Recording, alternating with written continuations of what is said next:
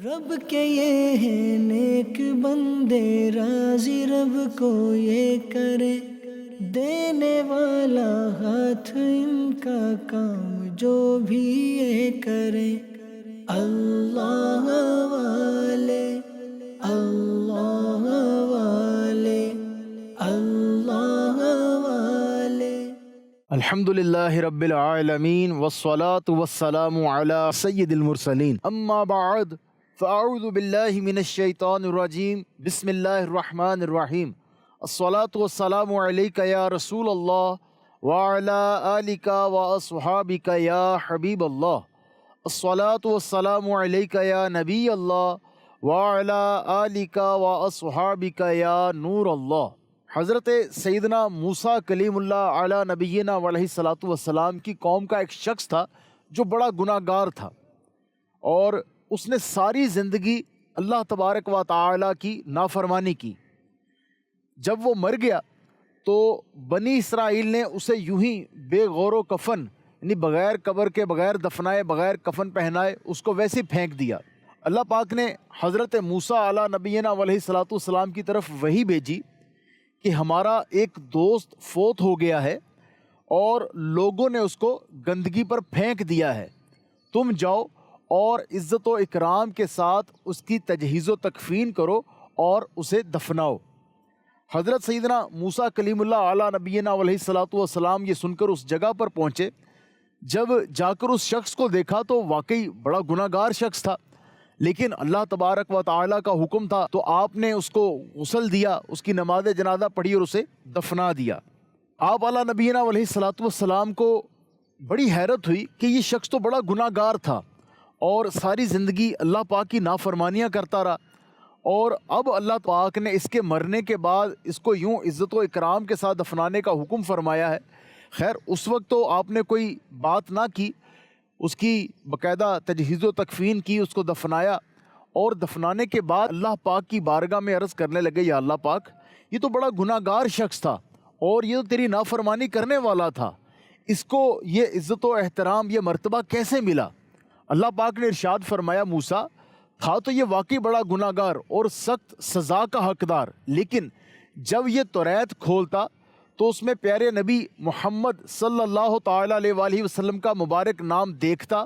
تو اس مبارک نام کو محبت سے چومتا، فرط محبت سے چومتا اور اپنی آنکھوں سے لگاتا اور اس نام کی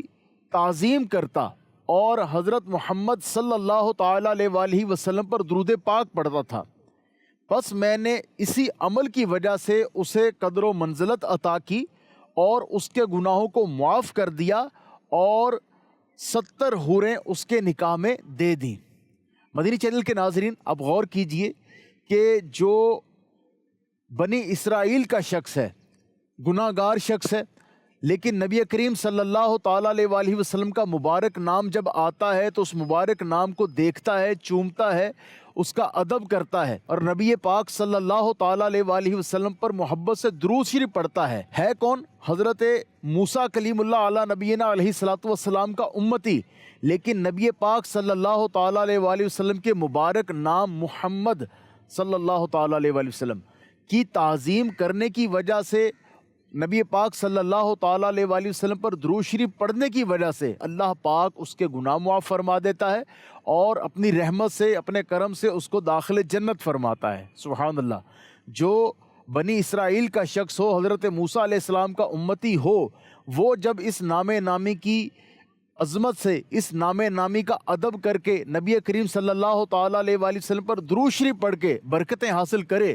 تو جو خود پیارے آقا کریم صلی اللہ تعالیٰ علیہ وآلہ وسلم کا امتی ہو اور محبت سے، شوق سے آپ کے مبارک نام کی تعظیم کرے، آپ کا نام مبارک سن کر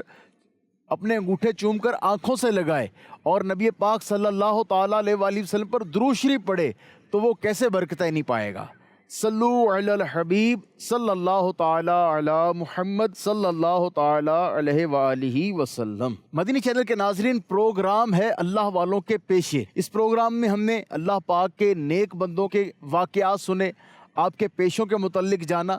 کہ آپ کس طرح رزق حلال کمایا کرتے تھے۔ آئیے ایک واقعہ پیش کرتا ہوں۔ ایک بزرگ کا بیان ہے کہ وہ دل میں روزی طلب کرنے کے ارادے سے گھر سے نکلے، ایک جنگل میں گزرے تو کیا دیکھتے ہیں کہ اس جنگل بیابان میں ایک لومڑی ہے جس کے نہ ہاتھ ہیں نہ پاؤں ہیں اور آنکھوں سے بھی اندھی ہے، لیکن حیران کن بات یہ تھی کہ اس ویرانے میں بیابان میں صحت مند ہے، فربا ہے، تر و تازہ ہے۔ بڑے حیران ہوئے کہ اس بیابان میں اس کو رزق کہاں سے ملتا ہے۔ وہ بزرگ اسی قسم کی باتیں سوچ رہے تھے کہ اچانک زمین شک ہوئی اور 2 پیالے نمودار ہوئے، ایک پیالہ شہد کا اور ایک پیالہ دودھ کا۔ وہ بزرگ حیرت سے دیکھنے لگے کہ چلیں یہ اللہ پاک کی طرف سے اس کے لیے خوراک کا تو انتظام ہوا،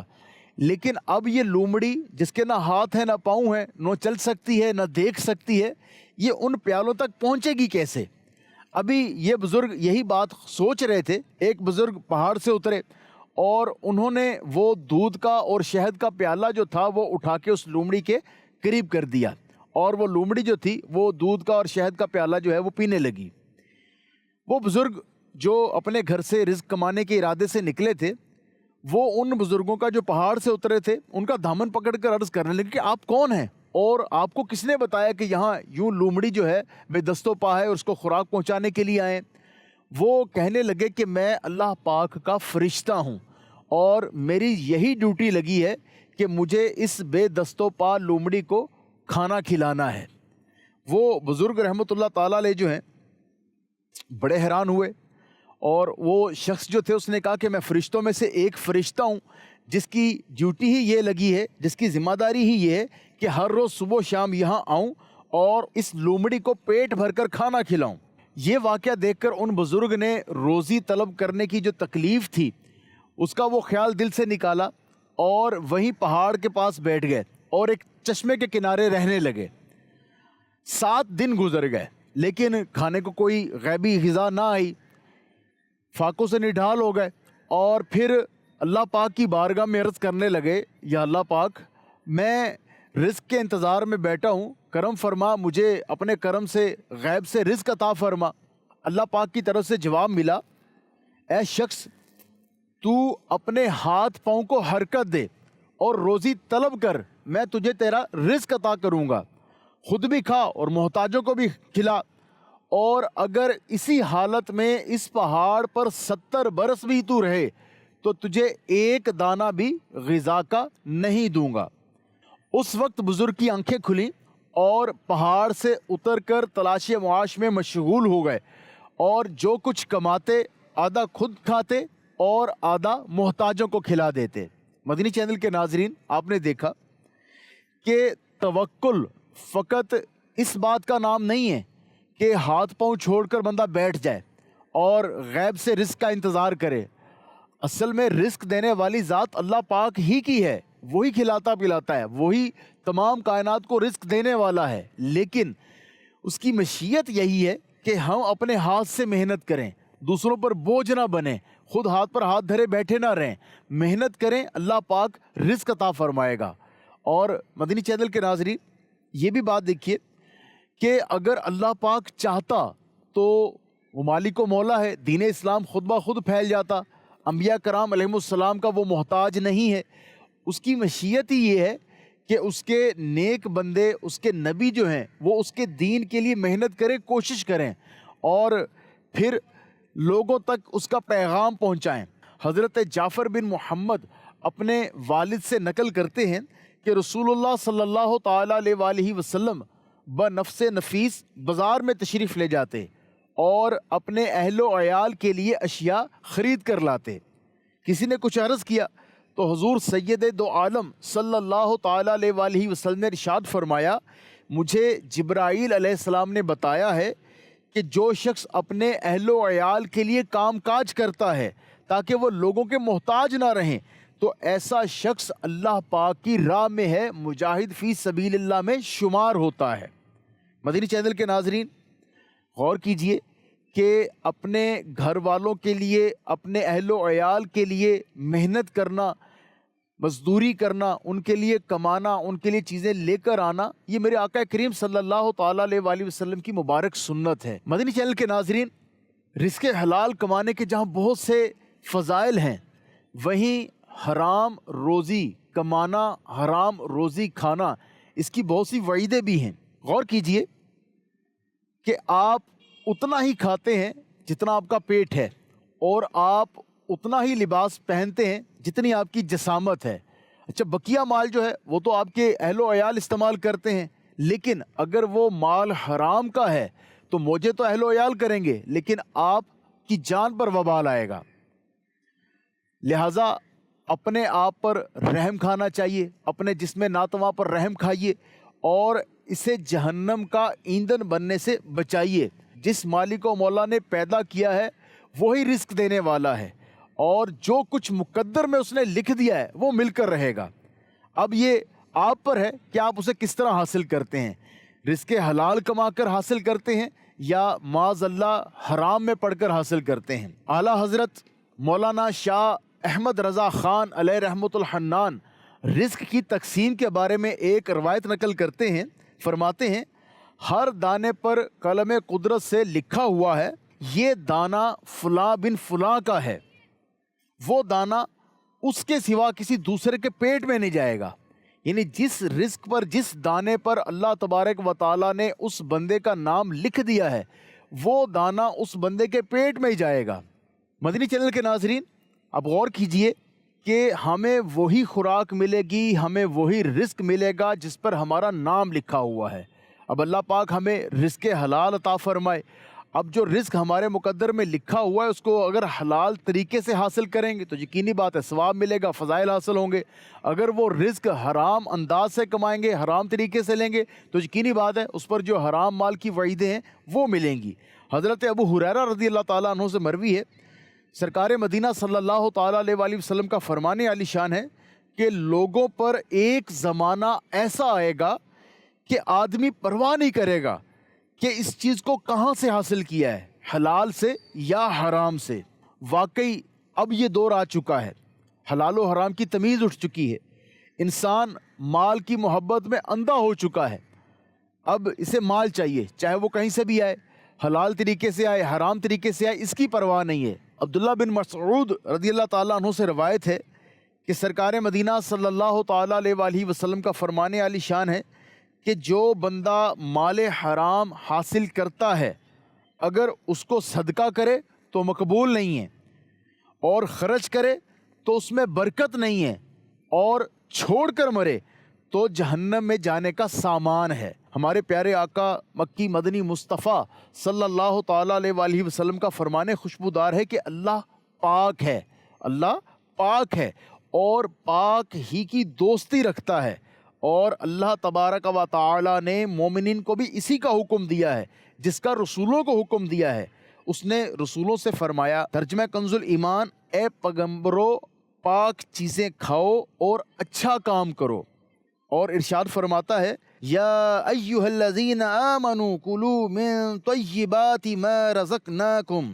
اے ایمان والو کھاؤ ہماری دی ہوئی ستھری چیزیں۔ پھر ارشاد فرمایا ایک شخص طویل سفر کرتا ہے، جس کے بال پریشان ہیں، بدن گرد آلود ہے، وہ آسمان کی طرف ہاتھ اٹھا کر یا رب یا رب کہتا ہے، یعنی دعا کرتا ہے، مگر حالت یہ ہے کہ اس کا کھانا حرام ہے، پینا حرام ہے، لباس حرام ہے اور غذا حرام ہے، پھر اس کی دعا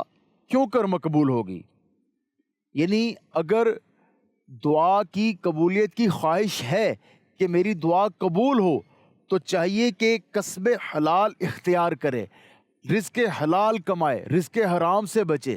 کہ رزق حرام جو ہے یہ دعا کی قبولیت میں رکاوٹ ہے۔ مدنی چینل کے ناظرین غور کیجئے، وہ لوگ جو رزق حرام کماتے ہیں اور اس طرف توجہ نہیں کرتے کہ جو کما رہے ہیں اس میں اللہ پاک کی خوشنودی ہے بھی یا نہیں، صرف مال چاہیے، مال کمانے کی غرض ہے، چاہے حلال ہو چاہے حرام ہو، کوئی توجہ نہیں ہے۔ جو بندہ حرام کماتا ہے اس کا حال کیا ہوتا ہے؟ آئیے ایک روایت پیش کرتا ہوں، بہقی نے ابن محمود سے روایت کی ہے کہ میں حضرت عبداللہ ابن عباس رضی اللہ تعالیٰ عنہما کے پاس بیٹھا تھا، ایک شخص آیا اور کہا کہ ہم حج کے لیے آئے ہیں اور راستے میں ساتھی مر گیا ہے۔ ہم نے اس کے لیے قبر کھودی تو لحد میں ایک خوفناک کالا سانپ نظر آیا. ہم نے وہ جگہ چھوڑ دی, دوسری جگہ قبر کھودی, وہاں بھی وہ سانپ نظر آیا. پھر ہم نے تیسری قبر کھودی تو اس میں بھی وہی کالا محیب خوفناک سانپ موجود تھا. ہم حیران رہ گئے اور ہم آپ کے پاس آئے کہ ہم کیا کریں. حضرت ابن عباس رضی اللہ تعالیٰ عنہما نے فرمایا, تم سانپ کے پاس ہی اسے دفن کر دو. خدا کی قسم اگر تم ساری زمین بھی کھود ڈالو گے تب بھی تمہیں یہ سانپ ضرور نظر آئے گا. چنانچہ ہم نے اس کے لیے ایک قبر کھود کر سانپ کے پاس ہی اسے دفن کر دیا. پھر جب واپسی ہوئی تو واپس آ کر اس کی بیوی سے اس کے حالات پوچھے تو پتہ چلا کہ وہ آٹے کا سوداگر تھا اور آٹے میں لکڑی کا برادہ ملا کر بیچا کرتا تھا, یعنی ملاوٹ کرنے والا تھا. اب میرے وہ اسلامی بھائی, میرے وہ مسلمان بھائی جن کو صرف مال کمانے کی غرض ہے, وہ مال حلال ہے یا حرام ہے اس طرف توجہ نہیں, وہ غور کریں کہ کہیں ملاوٹ کرنے کی وجہ سے, کہیں دھوکہ دہی کی وجہ سے, فراڈ کی وجہ سے اللہ نہ کرے قبر میں اس طرح کوئی سانپ کا معاملہ ہوا تو کیا کریں گے. ایک تو اس وقت موقع پر قبرستان جب گئے ہیں اور دفنانے لگے ہیں اور وہاں پر ایسا کوئی عذاب کے آثار ہیں تو فیملی والوں کو, خاندان والوں کو کتنی شرمندگی ہوگی. اچھا پھر دوسرا کیا, پھر چلو وہ تو شرمندگی دنیا کی ہے, جو آخرت کا معاملہ ہے, جو قبر میں جا کر عذاب ہوگا, جو قیامت کے دن ہوگا, اللہ پاک اپنی رحمت فرمائے, اپنا کرم فرمائے, رزق حلال عطا فرمائے. تو غور کرنا چاہیے, تھوڑے سے نفع کے لیے, تھوڑے سے دنیاوی فائدے کے لیے ایسے معاملات نہ کیے جائیں, ایسے کام نہ کیے جائیں جس سے قبر و آخرت کا نقصان ہوتا ہو. یہاں لوگوں میں ایک محاورہ مشہور ہے کہ نفع جو ہے وہ آٹے میں نمک کے برابر رکھنا چاہیے. ایسا نہیں ہے, نفع آپ جتنا چاہیں لے سکتے ہیں, نفع کی کوئی قید نہیں ہے کہ صرف آپ آٹے میں نمک کے برابر رکھیں, ایسا نہیں ہے, جتنا نفع چاہیں لے سکتے ہیں. لیکن یہ ہمیشہ ذہن میں رہنا چاہیے, سیدی اعلیٰ حضرت امام احمد رضا خان علیہ رحمۃ الرحمان فرماتے ہیں, کاغذ کا ایک پرزہ 1000 روپے میں بیچا جا سکتا ہے. بس بیع و شراء کا یعنی تجارت کے جو معاملات ہیں ان کے اصولوں کا خیال رکھنا چاہیے. اور جو زیادہ نفع والی بات ہے کہ زیادہ نفع لینا مناسب نہیں, ہاں اس وقت مناسب نہیں ہے جب اس چیز کی قلت ہو. مثال کے طور پہ آج کل تو مارکیٹ میں یہ ہوتا ہے کہ کسی بھی چیز کی مصنوعی قلت پیدا کر دی جاتی ہے. اب مارکیٹ میں وہ چیز موجود نہیں ہے تو پھر اپنا من مرضی ریٹ لگایا جاتا ہے, پھر من مرضی نفع لیا جاتا ہے. بعض ڈبل ٹرپل کئی گنا زیادہ نفع لیتے ہیں, یہ نہیں کرنا چاہیے. تاجدار مدینہ صلی اللہ تعالیٰ علیہ وآلہ وسلم کا فرمان عالی شان ہے, جو انسان مال حرام کماتا ہے اور پھر اس سے صدقہ کرتا ہے اس سے صدقہ قبول نہیں کیا جائے گا, اور اس سے خرچ کرے گا تو اس کے لیے اس میں برکت نہیں ہوگی, اور اسے اپنے پیچھے چھوڑے گا تو یہ اس کے لیے دوزخ کا زاد راہ ہوگا. حضرت وہب بن منبہ رضی اللہ تعالیٰ عنہ فرماتے ہیں کہ حضرت موسیٰ کلیم اللہ علی نبینا علیہ الصلاۃ والسلام نے ایک شخص کو بڑی عاجزی کے ساتھ, بڑی رکت کے ساتھ دعا مانگتے دیکھا اور بارگاہ خداوندی میں عرض کی, اے پروردگار تو اس بندے کی دعا قبول نہیں فرماتا؟ تو حضرت موسیٰ علی نبینا علیہ الصلاۃ والسلام کی طرف وحی کی گئی کہ اے موسیٰ علیہ السلام, اگر یہ شخص اتنا روئے کہ اپنے آپ کو ہلاک کر دے اور اپنا ہاتھ اتنا اٹھائے کہ آسمان تک پہنچا دے, تب بھی میں اس کی دعا قبول نہیں کروں گا, کیونکہ اس کے پیٹ میں حرام ہے, اس کی پشت میں حرام ہے اور اس کے گھر میں حرام ہے. مدنی چینل کے ناظرین, آج کل ہر کوئی یہ کہتا نظر آتا ہے کہ میری دعا قبول نہیں ہوتی, میری پریشانیاں دور نہیں ہوتی, پتہ نہیں نہ جانے کیا خطا ہو گئی ہے کہ میری دعا قبول نہیں ہوتی, جس کی سزا مجھے مل رہی ہے. یاد رکھیے کہ یہ بھی شیطان کے واروں میں سے کامیاب ترین وار ہے کہ انسان گناہ کرتا ہے, پھر اس کے ذہن میں یہ بٹھا دیتا ہے کہ میں نے کیا خطا کر دی کہ اللہ پاک میری دعا ہی نہیں سنتا. حالانکہ اس کا مال حرام, اس کا کھانا پینا حرام, نمازوں کی توفیق نہیں ہے, غیبت وہ کرتا ہے, چگلیاں وہ کرتا ہے, لوگوں میں فساد وہ کرواتا ہے, اور پھر اس کے باوجود کہتا نظر آتا ہے کہ میری دعا قبول نہیں ہوتی, پتہ نہیں مجھ سے کیا خطا ہو گئی. مدنی چینل کے ناظرین, اپنی خطاؤں کی طرف سنجیدگی سے توجہ کرنی چاہیے, اپنے اعمال کا جائزہ لینا چاہیے, اپنی روزی کی طرف توجہ کرنی چاہیے. اللہ نہ کرے اگر خدا نہ خواستہ کہیں لوگوں کو دھوکہ دے کر, فراڈ کر کے, اپنی ڈیوٹی میں ڈنڈی مار کر, اپنے روزی میں جھوٹ بول کر اگر آپ مال کما رہے ہیں تو یہ مال اللہ نہ کرے اگر حرام مال ہے تو پھر نہ تو اس سے صدقہ قبول ہوگا، نہ اس میں برکت ہوگی، اور دنیاوی فائدہ تو حاصل ہو جائے گا، اخروی فائدہ حاصل نہیں ہوگا۔ کوشش کرنی چاہیے کہ بندہ رزق حلال کمائے اور رزق حلال ہی کھائے، خود بھی رزق حلال کھائے، اپنے اہل و عیال کو بھی رزق حلال کھلائے۔ اللہ پاک مجھے آپ کو اپنے کرم سے، اپنی رحمت سے رزق حلال کمانے کی، رزق حلال کھانے کی توفیق عطا فرمائے، ہمیں رزق حرام سے محفوظ رکھے، ہماری نسلوں کو رزق حرام سے محفوظ رکھے، اور اپنے کرم سے اتنا عطا فرمائے کہ کسی کے آگے محتاجی نہ کرنی پڑے، کسی کے آگے ہاتھ نہ پھیلانا پڑے۔ آمین بجاہ النبی الامین صلی اللہ تعالی علیہ وآلہ وسلم۔ رب کے یہ ہیں نیک بندے، راضی رب کو یہ کرے، دینے والا ہاتھ ان کا کام جو بھی یہ کرے۔ اللہ